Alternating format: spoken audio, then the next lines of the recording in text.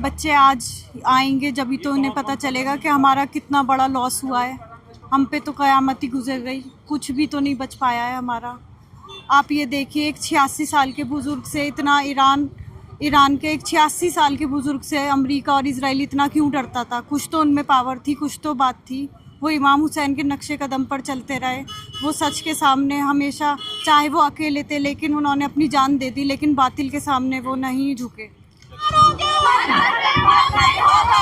कितने खामनाई मारोगे?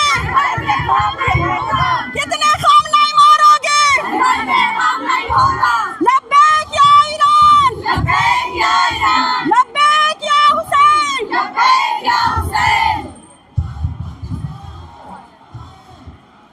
क्या कहेंगे आज जो? मैं यही कहूँगी कि आज खामनई साहब की शहादत नहीं हुई, बल्कि एक हक की शहादत हुई है, इंसानियत की शहादत हुई है, बेहतरीन आइडियोलॉजी के मालिक की शहादत हुई है। इसलिए क्योंकि जब गाज़ा पर और फिलिस्तीनों पर जुल्म हो रहा था ना, कोई भी उन भूखे प्यासे बच्चों की बात करने के लिए तैयार नहीं था। उस वक्त सिर्फ खामनई साहब ने बात करी है। खामनई साहब हक के लिए बोले हैं, इंसानियत के लिए बोले हैं। जो उन पर जुल्म हो रहा था उनके लिए बात करी थी। आज ये जो लॉस हुआ है ना खामनई साहब की शहादत की शक्ल में, खामनई साहब की शहादत के शक्ल में जो लॉस हुआ है, वो लॉस सिर्फ शिया कम्युनिटी को नहीं हुआ है, शियाओं का लॉस नहीं है, बल्कि हक का लॉस है। हर उसका लॉस है कि जो इंसानियत की बात करता है, जो हक की बात करता है, उसका नुकसान है। लेकिन जब ये घटना हुई है, ट्रम्प का ट्वीट आता है कि एक आतंकवादी को हमने मार गिराया है।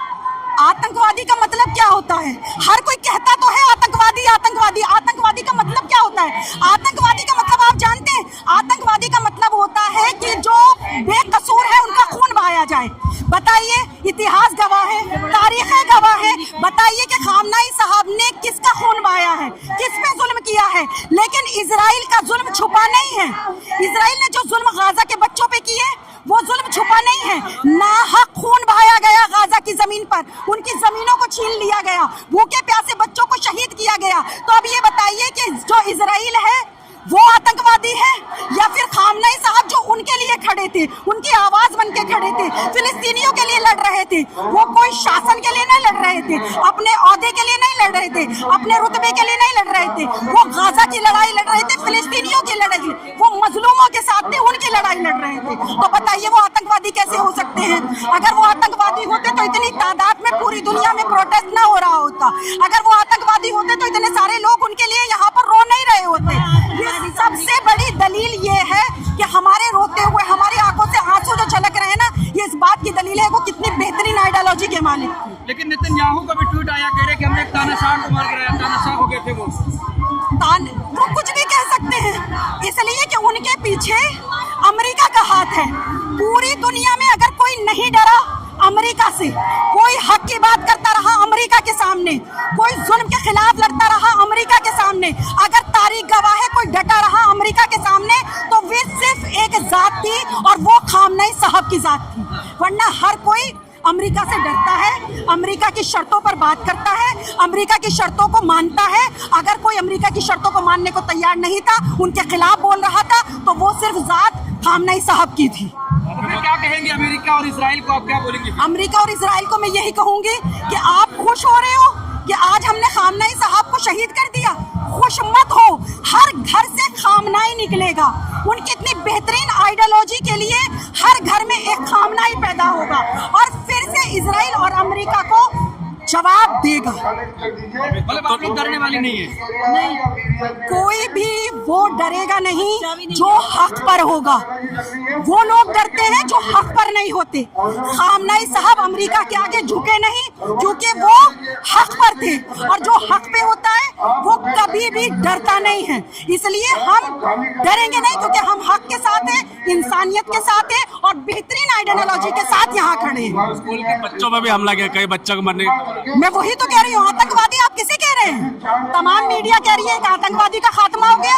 आतंकवादी किसे कहा जाता है? आतंकवादी ऐसों को कहा जाता है कि जो नाहक खून बहाते हैं, और नाहक जो खून बहाया गया, आप देखिए ईरान में कितनी सारी बच्चियां, कितनी सारी छात्राएं जो हैं वो स्कूल में आज उनकी तादाद जो है, जो मुझे अभी तक देखा गया है, मैंने 150 के करीब हो गई है।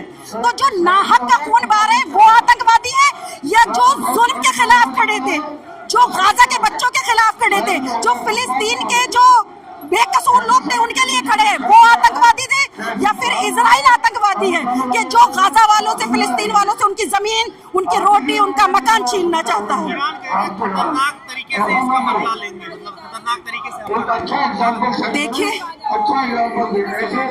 और अमेरिका को लगता है कि वो हमारे लीडर्स को मार के हम लोग को चुप करा सकते हैं, हमें दबा सकते हैं। वो इस चीज़ के लिए बहुत गलत है, क्योंकि इन लोगों ने ये 1400 साल पहले की अगर बात देखें, जब इमाम हुसैन को मारा गया था ये सोच के कि इस्लाम दब जाएगा, कुछ नहीं हुआ वैसा। इस्लाम और ज़्यादा स्ट्रॉन्ग हुआ था। वैसे ही इन लोगों ने हमारे लीडर को मार के हम लोगों को और स्ट्रॉन्ग किया है। इन लोगों को लगता है कि वो हमें चुप करा सकते हैं, हम चुप होने वालों में से नहीं हैं। और देश साथ नहीं आ रहे हैं, क्या कहें? जी, जैसे और जो मुस्लिम कंट्री हैं, कई मुस्लिम कंट्री अभी साथ नहीं है। वो मुस्लिम कंट्रीज़ एक शेमफुल चीज़ कर रहे हैं। उन लोगों को लगता है कि वो इजराइल और अमेरिका को सपोर्ट करके अपने आप को फाइनेंशियली ठीक रख सकते हैं, पर वो इस चीज़ पे बहुत गलत है। उन लोगों को अपने आप को इस्लामिक रिपब्लिक बुलाना ही नहीं चाहिए जब वो इंसानियत के लिए आवाज़ नहीं उठा सकते हैं। तो आज देख रहे हैं कि पूरे भारत में, चाहे लखनऊ हो, जम्मू कश्मीर हो, हर जगह इनके समर्थन में प्रदर्शन कर रहा है, चल रहा है। क्या कहेंगे, क्यों? जब इंसान इतना अच्छा हो, इतनी अच्छी इन्फ्लुएंस हो, जब इनजस्टिस के अगेंस्ट वो आवाज़ उठाते हो तो लोग उनके समर्थन में आएंगे। तो इन लोगों ने हमारे लीडर को मार के हम लोग में जोश ज़्यादा करा है, और हम लोगों में हम आवाज़ उनके अगेंस्ट वो उठाएंगे इजराइल और अमेरिका के। खामनेई साहब झुक भी तो सकते थे ना, मान लेते बात ट्रम्प की खामनेई साहब अगर तो बच जाते जान। झुकते क्यों? गलत चीज़ों के अगेंस्ट क्यों झुके? हम लोग झुकना इजराइल और अमेरिका को चाहिए। 1400 साल पहले इमाम हुसैन नहीं झुके थे, तो आज हम लोग क्यों झुके? हमने उन्हीं से सीख लिए, हम उन्हीं के बच्चे हैं, हम उन्हीं से सीखते हैं। तो क्या असर पड़ेगा खामनेई साहब की शहादत का इस लड़ाई पे? रुक जाएगी या कमजोर पड़ेगी? उनको लगता है कि वो हमारे लीडर को मार के हमें चुप करा सकते हैं। उन्हें लगता है कि हमारे लीडर को मार देंगे तो ख़त्म हो जाएगा ये सब। वो इस चीज़ पे बहुत गलत है, क्योंकि वो ये चीज़ सिर्फ हमारे और जोश ला रहे हैं और हम लोग और आवाज़ उठा रहे हैं। अभी और ज़्यादा भारी होगी लड़ाई। हम लोग में जोश ज़्यादा हुआ है। इनको लगता है कि ये मार के चुप करा देंगे, तो ये इस चीज़ पे बहुत गलत है। आपको लगता है खामनेई साहब की शहादत का बदला ले पाएगा ईरान?